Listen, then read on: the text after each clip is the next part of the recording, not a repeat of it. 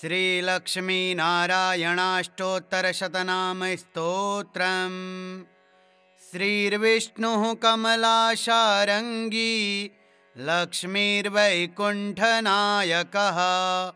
पद्मालया चतुर्बाहु क्षीराब्धितनयाच्युतः। इन्दिरा पुण्डरीकाक्षा रमा गरुडवाहनः। भार्गवी शेषपर्यङ्को विशालाक्षी जनार्दनः। स्वर्णांगी वरदो देवी हरिरिन्दुमुखे प्रभुः। सुन्दरी नरकध्वंसी लोकमाता मुरान्तकः। भक्तप्रिया दानवारिः अंबिका मधुसूदनः। वैष्णवी देवकी पुत्रो रुक्मिणी केशिमर्दनः। वरलक्ष्मी जगन्नाथः कीरवाणी हलायुधः। नित्या सत्यव्रतो गौरी शौरिः कान्ता सुरेश्वरः। नारायणी हृषीकेशः पद्महस्ता त्रिविक्रमः। माधवी पद्मनाभश्च स्वर्णवर्णानिरीश्वरः। सती पीताम्बरः शान्ता वनमाली शमानघः। जयप्रदा बलिध्वंसी वसुधा पुरुषोत्तमः। राज्यप्रदाखिलाधारो माया कंसविदारणः। महेश्वरी महादेवो परमा पुण्यविग्रह। रमा मुकुन्दः सुमुखे मुचुकुन्दवरप्रदः। वेदवेद्याब्धिजा माता सुरूपार्केन्दुलोचनः। पुण्याङ्गना पुण्यपादो पावनी पुण्यकीर्तनः। विश्वप्रिया विश्वनाथो वाग्रूपी वासवानुजः। सरस्वती स्वर्णगर्भो गायत्री गोपिका प्रियः। यज्ञरूपा यज्ञभोक्ता भक्ताभीष्टप्रदा गुरुः। स्तोत्रक्रिया स्तोत्रकारः सुकुमारी सवर्णकः। मानिनी मन्दरधरो सावित्री जन्मवर्जितः। मन्त्रगोत्री महेश्वासो योगिनी योगवल्लभः। जयप्रदा जयकरः रक्षित्री सर्वरक्षकः। अष्टोत्तरशतं नाम्नां लक्ष्म्या नारायणस्य च यः पठेत् प्रातरुत्थाय सर्वदा विजयी भवेत्। श्रीर्विष्णुः कमलाशारङ्गी लक्ष्मीर्वैकुण्ठनायकः। पद्मालया चतुर्बाहु क्षीराब्धितनयाच्युतः। इन्दिरा पुण्डरीकाक्षा रमा गरुडवाहनः। भार्गवी शेषपर्यङ्को विशालाक्षी जनार्दनः। स्वर्णांगी वरदो देवी हरिरिन्दुमुखे प्रभुः। सुन्दरी नरकध्वंसी लोकमाता मुरान्तकः। भक्तप्रिया दानवारिः अंबिका मधुसूदनः। वैष्णवी देवकी पुत्रो रुक्मिणी केशिमर्दनः। वरलक्ष्मी जगन्नाथः कीरवाणी हलायुधः। नित्या सत्यव्रतो गौरी शौरिः कान्तासुरेश्वरः नारायणी हृषीकेशः पद्महस्ता त्रिविक्रमः माधवी पद्मनाभश्च स्वर्णवर्णानिरीश्वरः सती पीताम्बरः शान्ता वनमाली शमानघः जयप्रदा बलिध्वंसी वसुधा पुरुषोत्तमः राज्यप्रदाखिलाधारो मायाकंसविदारणः महेश्वरी महादेवो परमा पुण्यविग्रह रमा मुकुन्दः सुमुखे मुचुकुन्दवरप्रदः वेदवेद्याब्धिजा माता सुरूपार्केन्दुलोचनः पुण्याङ्गना पुण्यपादो पावनी पुण्यकीर्तनः विश्वप्रिया विश्वनाथो वाग्रूपी वासवानुजः सरस्वती स्वर्णगर्भो गायत्री गोपिका प्रियः यज्ञरूपा यज्ञभोक्ता भक्ताभीष्टप्रदा गुरुः स्तोत्रक्रिया स्तोत्रकारः सुकुमारी सवर्णकः मानिनी मन्दरधरो सावित्री जन्मवर्जितः मन्त्रगोत्री महेश्वासो योगिनी योगवल्लभः जयप्रदा जयकरः रक्षित्री सर्वरक्षकः अष्टोत्तरशतं नाम्नां लक्ष्म्या नारायणस्य च यः पठेत् प्रातरुत्थाय सर्वदा विजयी भवेत् श्रीर्विष्णुः कमलाशारङ्गी लक्ष्मीर्वैकुण्ठनायकः पद्मालया चतुर्बाहो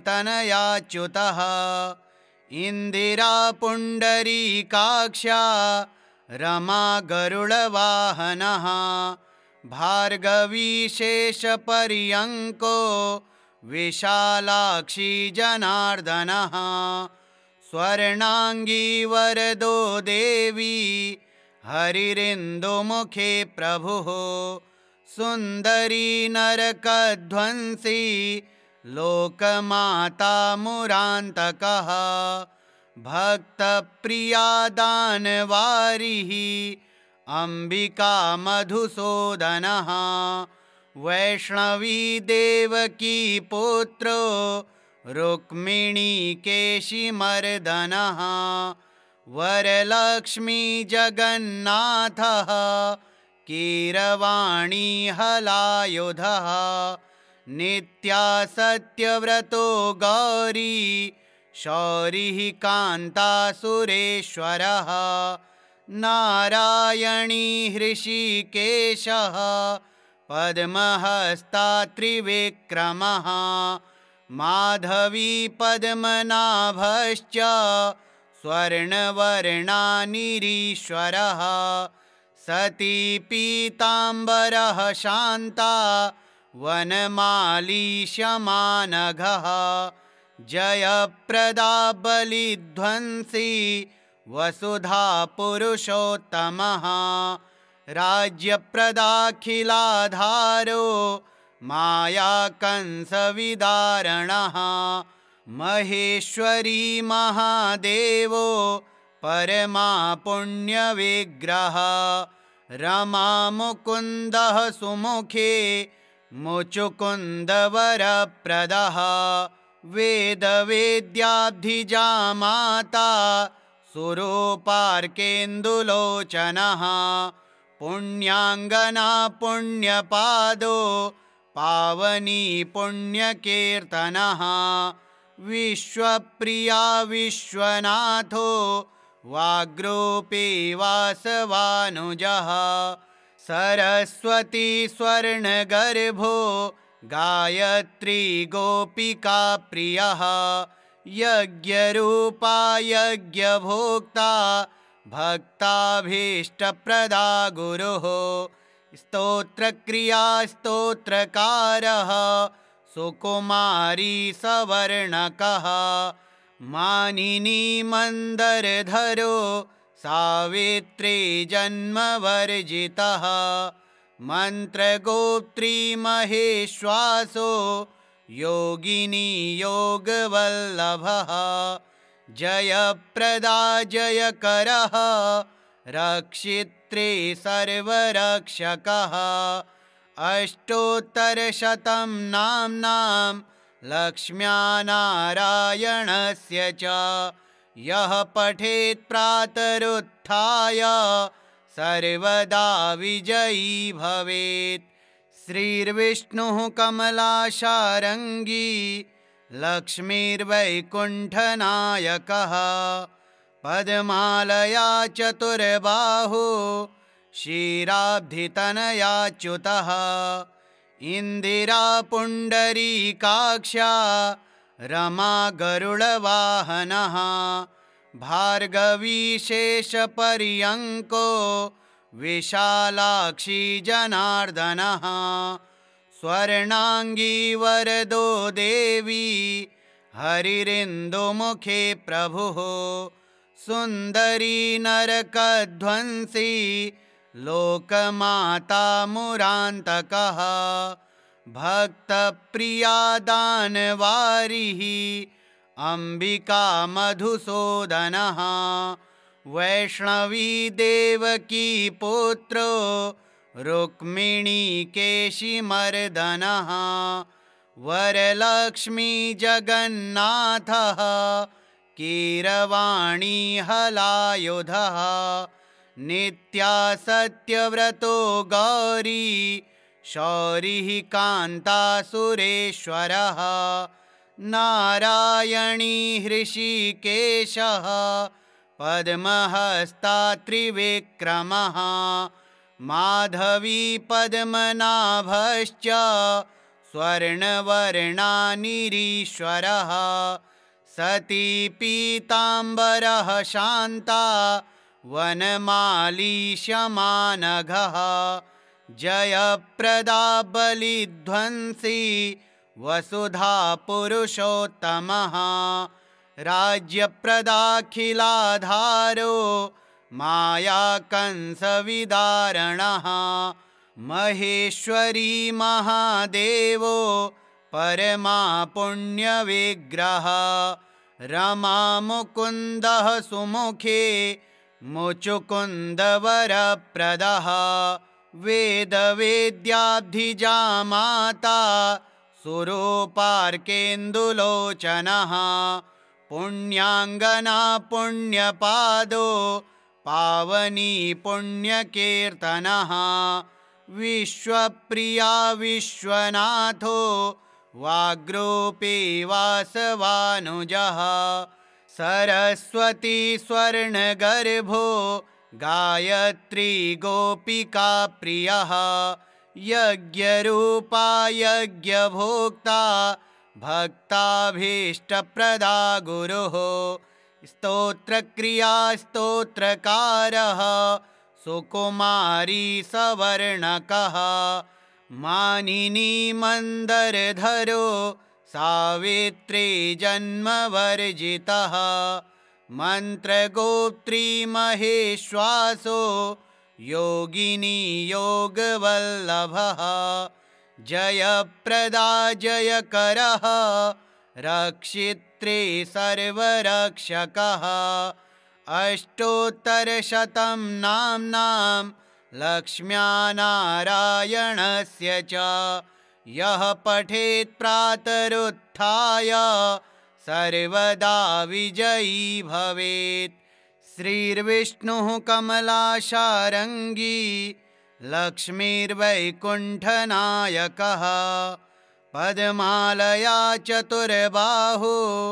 क्षीराब्धितनयाच्युतः इन्दिरा पुण्डरीकाक्षा रमा गरुडवाहनः भार्गवी शेषपर्यङ्को विशालाक्षी जनार्दनः स्वर्णांगी वरदो देवी हरिरिन्दुमुखे प्रभुः सुन्दरी नरकध्वंसी लोकमाता मुरान्तकः भक्तप्रिया दानवारिः अंबिका मधुसूदनः वैष्णवी देवकी पुत्रो रुक्मिणी केशिमर्दनः वरलक्ष्मी जगन्नाथः कीरवाणी हलायुधः नित्या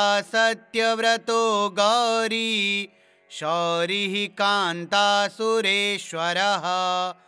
नारायणी हृषीकेशः पद्महस्ता त्रिविक्रमः माधवी पद्मनाभश्च स्वर्णवर्णानिरीश्वरः सती पीताम्बरः शान्ता वनमाली शमानघः जयप्रदा बलिध्वंसी वसुधा पुरुषोत्तमः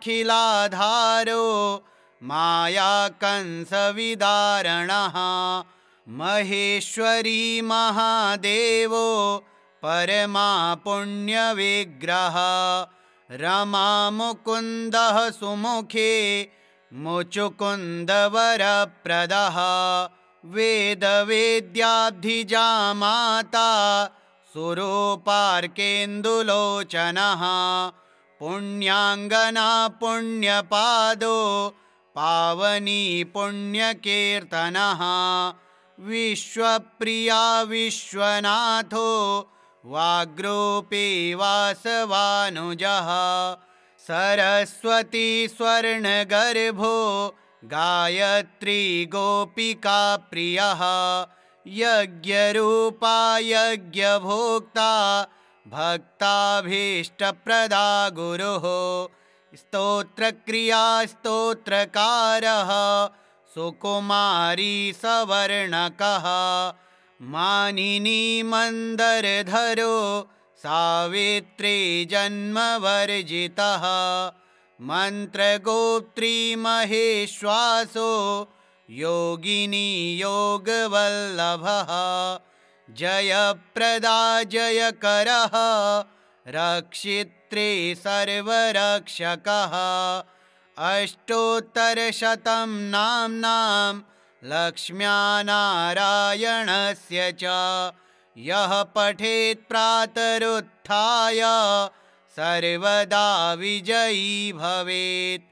श्रीर्विष्णुः कमलाशारङ्गी लक्ष्मीर्वैकुण्ठनायकः पद्मालया चतुर्बाहो क्षीराब्धितनयाच्युतः इन्दिरा पुण्डरीकाक्षा रमा गरुडवाहनः भार्गवी शेषपर्यङ्को विशालाक्षी जनार्दनः स्वर्णांगी वरदो देवी हरिरिन्दुमुखे प्रभुः सुन्दरी नरकध्वंसी लोकमाता मुरान्तकः भक्तप्रिया दानवारिः अंबिका मधुसूदनः वैष्णवी देवकी पुत्रो रुक्मिणी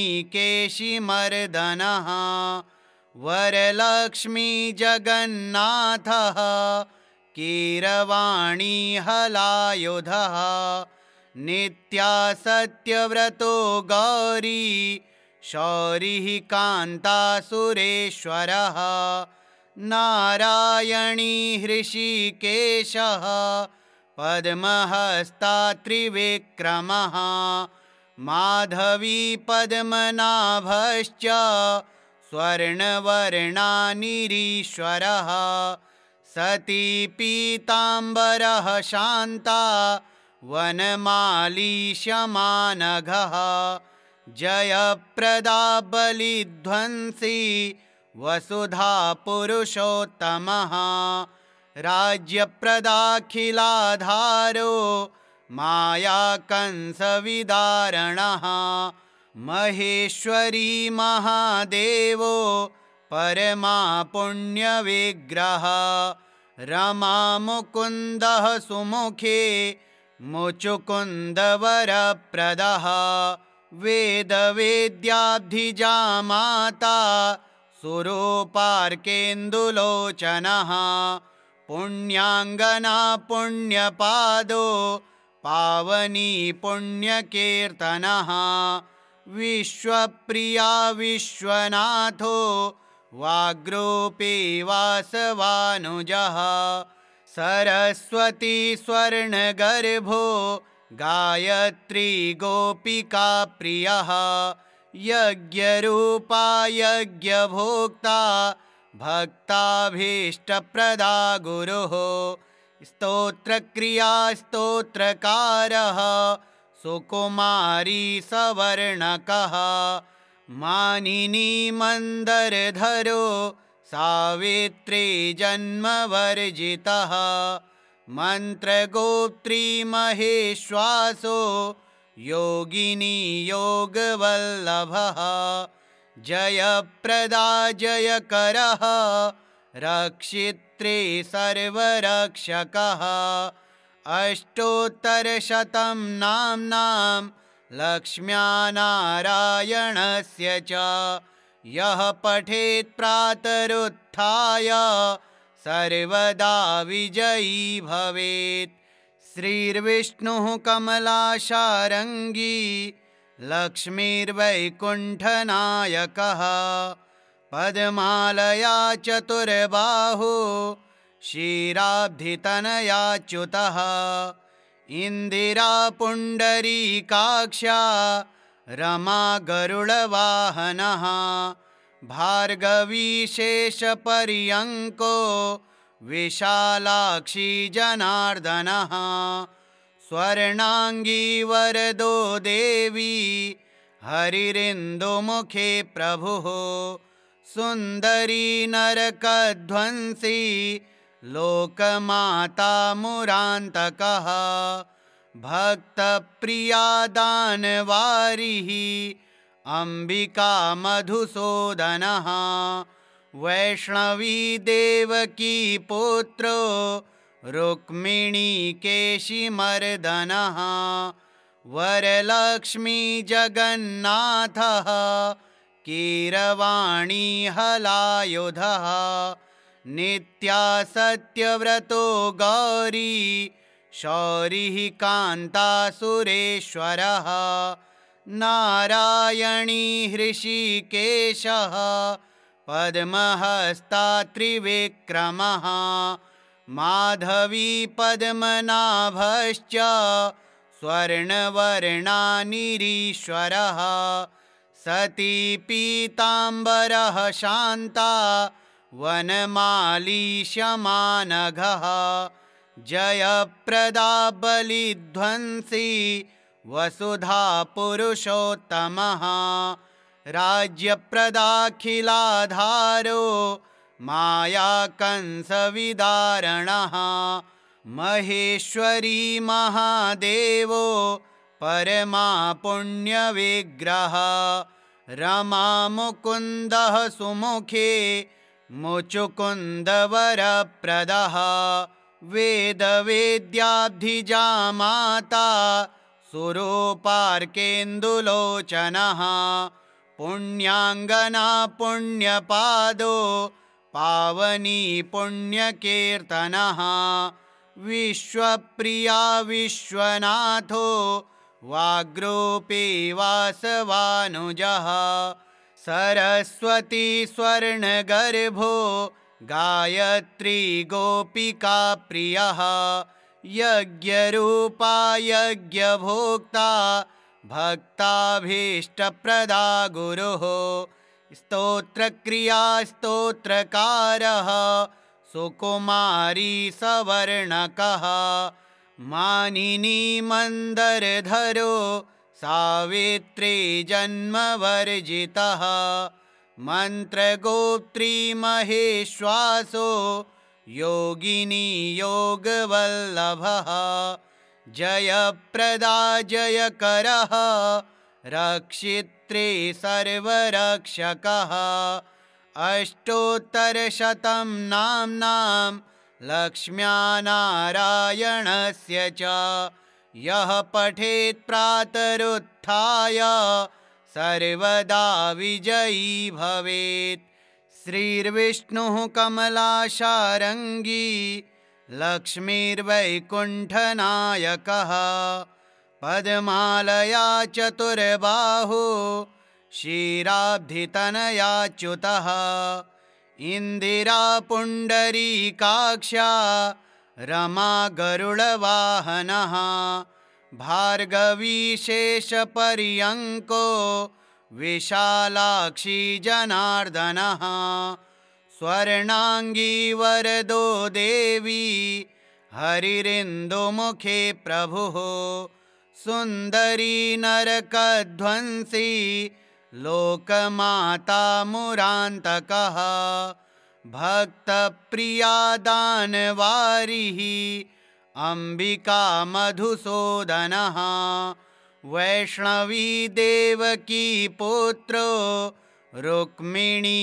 केशिमर्दनः वरलक्ष्मी जगन्नाथः कीरवाणी हलायुधः नित्या सत्यव्रतो गौरी शौरिः कान्ता सुरेश्वरः नारायणी हृषीकेशः पद्महस्ता त्रिविक्रमः माधवी पद्मनाभश्च स्वर्णवर्णानिरीश्वरः सती पीताम्बरः शान्ता वनमाली शमानघः जयप्रदा बलिध्वंसी वसुधा पुरुषोत्तमः राज्यप्रदाखिलाधारो मायाकंसविदारणः महेश्वरी महादेवो परमा पुण्यविग्रह रमा मुकुन्दः सुमुखे मुचुकुन्दवरप्रदः वेदवेद्याब्धिजा माता सुरूपार्केन्दुलोचनः पुण्याङ्गना पुण्यपादो पावनी पुण्यकीर्तनः विश्वप्रिया विश्वनाथो वाग्रूपी वासवानुजः सरस्वती स्वर्णगर्भो गायत्री गोपिका प्रियः यज्ञरूपा यज्ञभोक्ता भक्ताभीष्टप्रदा गुरुः स्तोत्रक्रिया स्तोत्रकारः सुकुमारी सवर्णकः मानिनी मन्दरधरो सावित्री जन्मवर्जितः मन्त्रगोत्री महेश्वासो योगिनी योगवल्लभः जयप्रदा जयकरः रक्षित्री सर्वरक्षकः अष्टोत्तरशतं नाम्नां लक्ष्म्या नारायणस्य च यः पठेत् प्रातरुत्थाय सर्वदा विजयी भवेत्।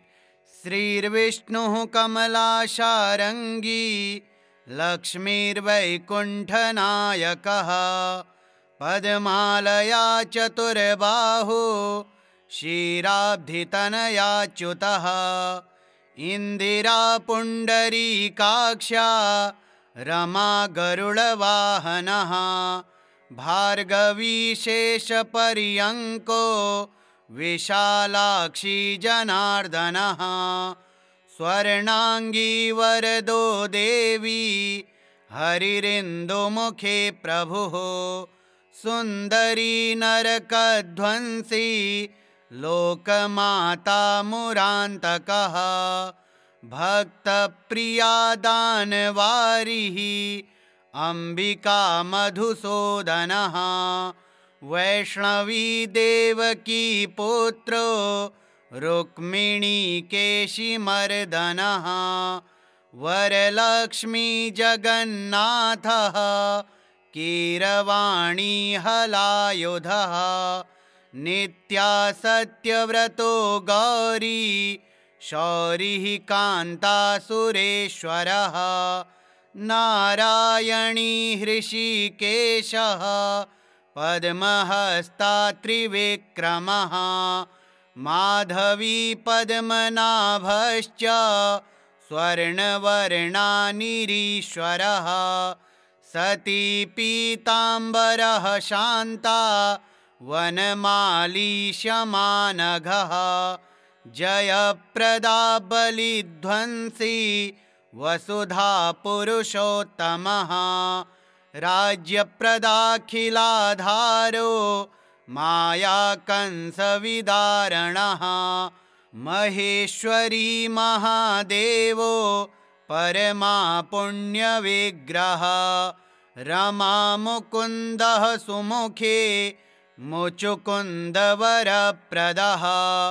वेदवेद्याब्धिजा माता सुरूपार्केन्दुलोचनः पुण्याङ्गना पुण्यपादो पावनी पुण्यकीर्तनः विश्वप्रिया विश्वनाथो वाग्रूपी वासवानुजः सरस्वती स्वर्णगर्भो गायत्री गोपिका प्रियः यज्ञरूपा यज्ञभोक्ता भक्ताभीष्टप्रदा गुरुः स्तोत्रक्रिया स्तोत्रकारः सुकुमारी सवर्णकः मानिनी मन्दरधरो सावित्री जन्मवर्जितः मन्त्रगोत्री महेश्वासो योगिनी